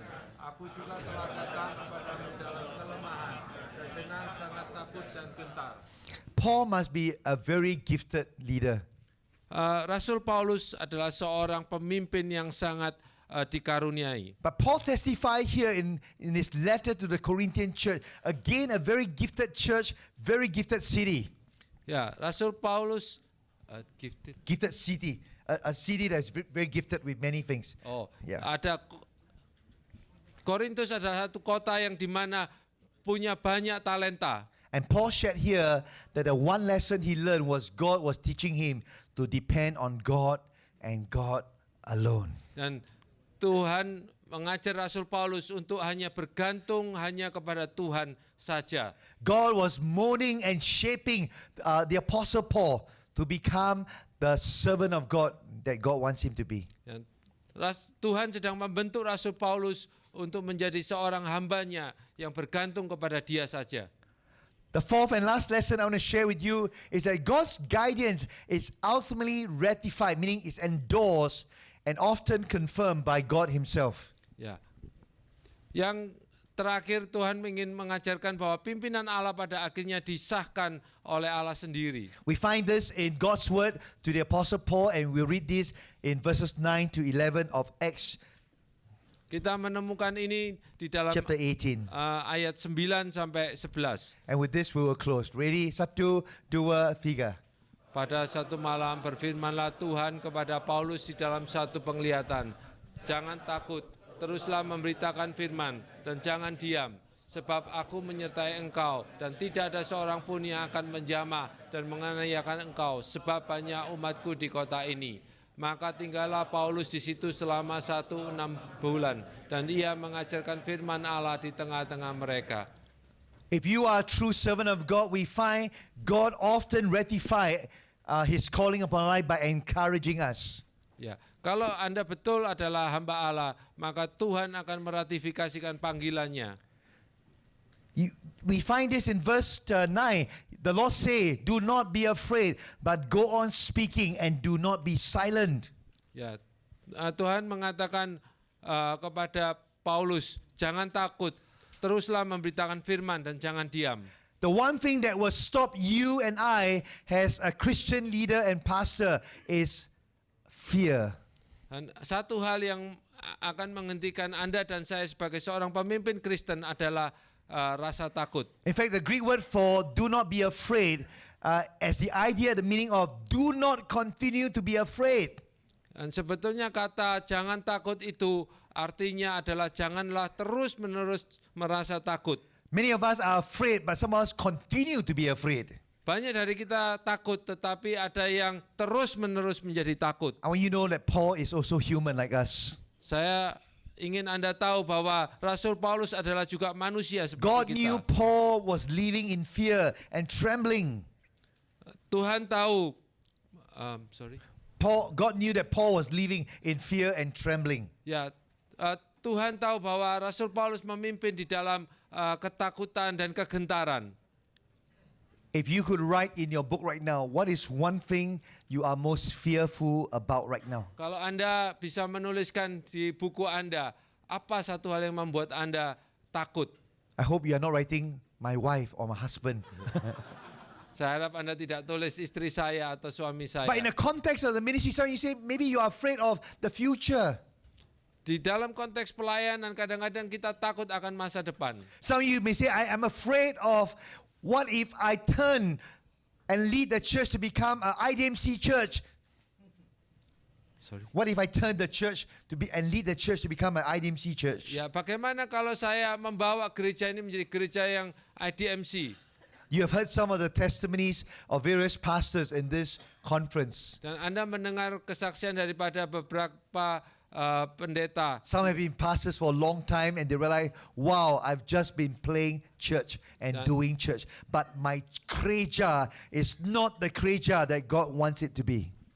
Ya, Anda mendengar kesaksian banyak yang mengatakan, oh saya ini hanya bermain-main dengan gereja. Dan gereja saya bukan gereja yang seharusnya. I want to encourage you, if you know what's God's revealed word and will for you, obey Him and God will lead you. Dan saya berdoa ketika Anda tahu apa yang Tuhan nyatakan kepada diri Anda. And He leads us not just by encouraging us. The Bible tells us here in Acts chapter 18. God leads us also by His what? Presence with us. Sorry. Never mind. God not only leads us by encouraging us. Tuhan bukan hanya memimpin kita, tetapi Tuhan juga memberikan dorongan, kekuatan kepada But He also kita. leads us by His presence with us. Tetapi dia juga memimpin dengan berada di tengah-tengah kita. It says in verse 10, "For I am with you, and no one will attack you to harm you, for I have many in this city who are my people." Ya, sebab aku menyertai engkau dan tidak ada seorang pun yang akan menjamah dan menganiaya engkau sebab banyak umatku di kota ini. Paul must have been wondering, has God abandoned me? Mungkin Rasul Paulus bertanya-tanya, apakah Tuhan sudah meninggalkan aku? Now instead of Paul giving full time to God, Paul has to take some time to earn his own living as a tent maker. Rasul Paulus tidak bisa menjadi seorang full time, tetapi Rasul Paulus akhirnya harus bekerja untuk kehidupannya. As we close our time together in the light of God's word, Mari ketika kita mengakhiri, I believe that God's word is not only timeless for our life and leadership and ministry, but God's word is also timely. ya, saya percaya firman Tuhan bukan hanya kekal, tetapi firman Tuhan itu juga tepat pada waktunya. My friends, we don't always know what's going to happen next.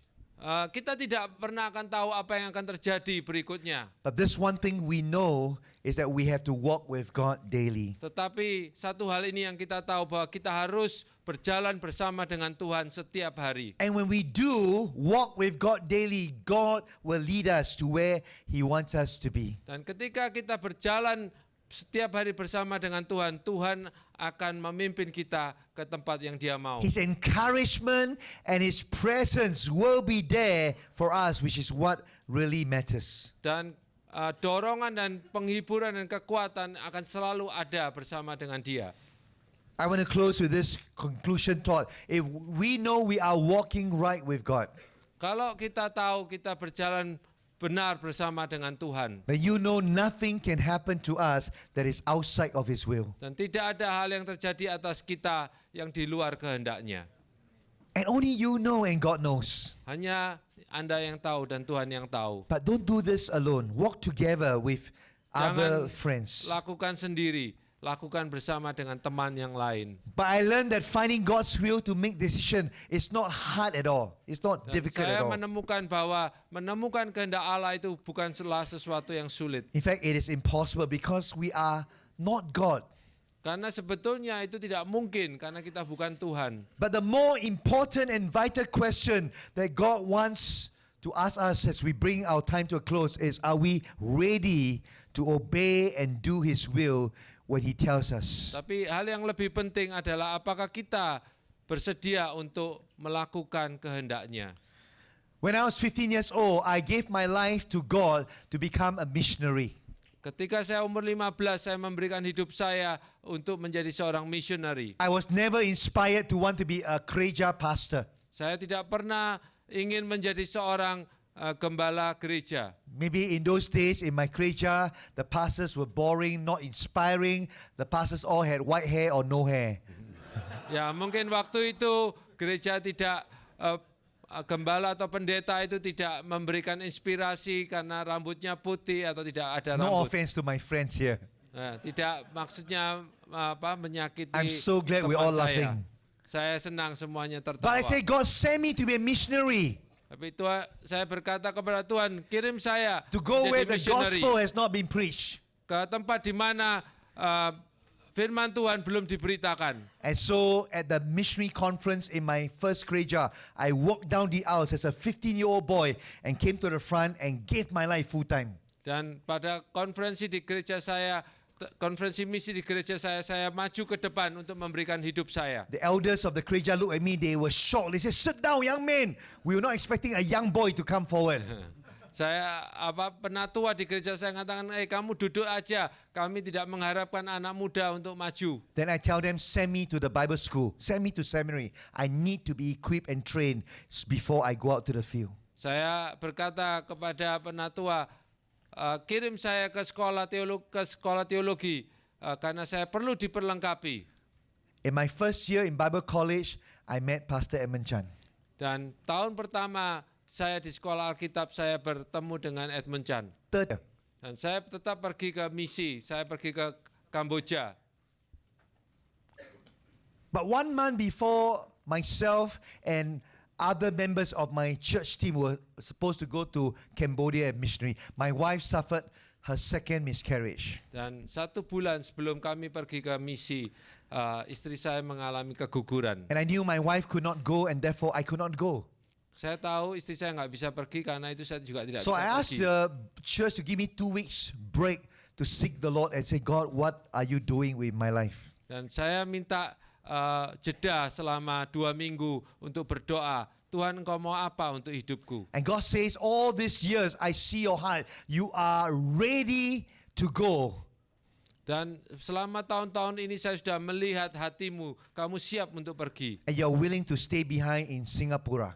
Tapi kamu harus tinggal di Singapura. And God says, son, now I'm not testing your readiness to go to the field. I'm testing your willingness to stay behind in Singapore. Ya, anakku, sekarang saya tidak mau menguji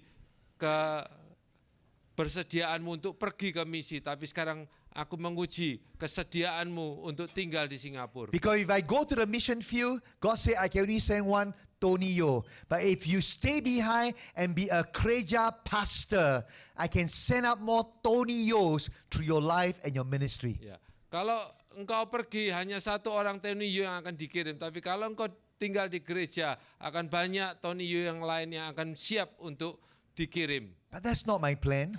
Tapi itu bukan rencana saya, But God's plan is not my plan. tetapi rencana Tuhan bukan rencana saya. So I came to the depth of a vision. I gave up my vision and my dream of going to be a missionary. Dan saya akhirnya menyerahkan atau To go to the field. menyerahkan misi saya untuk pergi ke misi. And then say to God, God, I'm willing to stay behind to be a pastor. Dan saya berkata kepada Tuhan, Tuhan, saya siap untuk tinggal. And that's how I became a pastor for 32 years. Dan itulah saya menjadi seorang pastor selama 32 tahun. And the Lord tested me again 7 years ago. Dan Tuhan menguji saya kembali 7 tahun yang When lalu. Pastor Edmund stepped down, he and the board decided, we want to appoint you, Pastor Tony, and another pastor to be co-senior pastors. Dan ketika Pastor Edmund turun sebagai gembala senior, majelis mengatakan kepada saya mau kamu menjadi gembala senior. Again, I say to God, God, I already become a pastor since you asked me to be. You now want me to become a senior pastor? Not senior, senior pastor. Ya, Tuhan, apakah kalau saya sudah menjadi seorang pastor, apakah engkau sekarang mau saya menjadi gembala sidang? And again, I had to die to self and say, Lord, yes, sir. Dan kembali saya harus mematikan diri saya dan saya berkata, ya siap Tuhan. Let's read John 7:17 together. Mari kita membaca Yohanes 7 ayat 17. 1, 2, 3. Saya mau melakukan kehendaknya. Ia akan tahu entah ajaranku ini berasal dari Allah, entah aku berkata-kata dari diriku sendiri. Jesus said, if it is our desire and will for us to do His will, we will know. Ya, Tuhan Yesus berkata, kalau ini adalah kehendak kita untuk melakukan kehendak Tuhan, kita akan tahu. You know, as you are willing and ready to obey God's will, then God's word will reveal to us His ways and His will to us. Ya, kalau kita tahu kita siap untuk melakukan kehendak Tuhan, Tuhan akan menyatakan kehendaknya kepada kita. But we're not ready to obey and do, then God will not even reveal His will to us because He knows even after He reveals to you, you will do nothing about it. Ya, kalau kita nggak siap untuk melakukan kehendak Tuhan, walaupun Dia menyatakan kehendak Tuhan, kehendaknya kepada kita, kita nggak akan melakukan apa-apa. I will be lying to tell you that it's been easy being a senior pastor after Pastor Edmund for this past 7 years. Ya, saya akan berbohong kepada Anda kalau saya mengatakan bahwa itu adalah mudah untuk menjadi seorang senior pastor meneruskan Pastor Edmund Chan. But every step of the way, I learned how to walk with God. Tapi setiap langkah saya belajar bagaimana berjalan bersama dengan Tuhan. I don't have to be like Pastor Edmund Chan. Saya tidak harus menjadi seperti Pastor Edmund As you Chan. can see, I don't have a mustache. I don't wear glasses. Seperti Anda lihat, saya tidak punya kumis dan saya tidak pakai kacamata. But I just have to walk with God daily. Saya hanya perlu berjalan bersama dengan Tuhan tiap And then be hari. ready in my heart and spirit to say, Lord, I'm ready to do anything you ask me to do. Dan saya hanya harus siap untuk mengatakan, Tuhan, aku siap melakukan apapun yang Engkau mau. Even with fear and trembling in my heart. Walaupun ada rasa takut dan kegentaran di dalam And hati then saya. trust that His word will carry me and encourage me, and the Lord's presence will always be there with me. Dan percaya bahwa firman-Nya itu akan terus membimbing saya, membawa saya untuk terus berjalan. Then we can rise up together and lead His gereja the way God wants us. Dan kita akan bangkit bersama untuk memimpin gerejanya bangkit. May God help all of us and the churches we represent today. Dan biarlah Tuhan menolong kita untuk memimpin gereja. Not only to know His word and His will, Bukan hanya mengetahui firman-Nya dan kehendak-Nya, but to be ready to do and obey His will in our lives. tetapi siap untuk melakukan kehendak-Nya. Let's stand together. Mari berdiri. It's been a long afternoon. Ini satu siang yang panjang. But this is what I like us do as we stand before the Lord. Ini yang saya ingin lakukan ketika kita We all come as fellow servants of berdiri God. di hadapan Tuhan sebagai saudara seiman. So much in need of God's word to give us encouragement and to assure us of His presence today. Ya, begitu banyak firman Tuhan yang kita butuhkan untuk memberi kekuatan kepada kita. Today, I don't know what's going on with you or with the ministry that God has entrusted to Hari you. ini saya tidak tahu apa yang terjadi dengan Anda dan apa yang dipercayakan kepada Anda. But God knows. Tapi Tuhan tahu. And He wants to encourage you today. Dan hari ini Dia ingin memberi semangat kepada He Anda. wants to assure you of His presence with you. Dia ingin mengingatkan akan kehadirannya bersama dengan So Anda. this day, if you are in need and say, God, help me be faithful to you. Kalau Anda membutuhkan untuk supaya bisa setia kepada Tuhan, Help me to walk faithfully with you by knowing your will through your word, Lord. kalau Anda berkata, Tuhan tolong aku untuk boleh mengerti kehendak-Mu Tuhan. Whether it's through supernatural ways or even by natural ways, Lord. Apakah itu melalui jalan yang supranatural maupun yang natural Tuhan. Make my eyes be fixed on Jesus, Biarlah mataku hanya tertuju kepadamu Tuhan. the author and perfecter of my faith. Di mana Engkau yang akan menyempurnakan imanku. And that's what I do. If this is who you are, you just lift up your hands and say, Pastor, pray for me. Dan kalau itu memang keinginanmu, angkat tanganmu dan katakan, Pastor, doakan aku. I want to be that faithful servant of God. Aku ingin menjadi hamba Tuhan yang setia. I want to know His way or His will through His word, Lord. Tuhan, aku ingin mengerti kehendak-Mu melalui And then be firman-Mu. Tuhan. ready to follow Him as He unfolds His will in my life. Kalau engkau siap untuk melaksanakan apa yang kehendak Tuhan, So that I will not be leading the gereja by my own will, supaya aku tidak memimpin gereja dengan kehendakku sendiri, but through the word of God that reveals His ways for us. tetapi melalui firman Tuhan yang sudah dinyatakan kepada kami. Then you lift up your hands high to God and say, God, Supaya that's me, saat Lord. ini engkau angkat tanganmu, ya Tuhan, itu aku, Tuhan, yang And membutuhkan as you lift up your hand, you pertolonganmu. stand on behalf of your gereja or your ministry. Dan ketika Anda berdiri, engkau juga berdiri mewakili gereja dan pelayananmu. Thank you, Lord.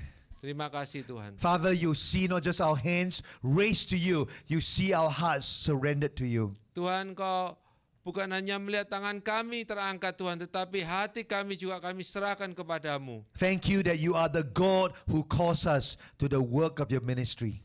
Terima kasih Tuhan, Engkau adalah Allah yang memanggil kami untuk masuk di dalam pelayanan. You will lead us through your word and your Holy Spirit. Engkau akan memimpin kami melalui firman-Mu dan roh-Mu. This day we surrender our lives and the ministry and the work and even the gereja we represent. Ya Tuhan, kami menyerahkan pelayanan kami, pekerjaan kami, dan segala hidup kami dalam tangan-Mu. Help us know and rest in your presence always with us.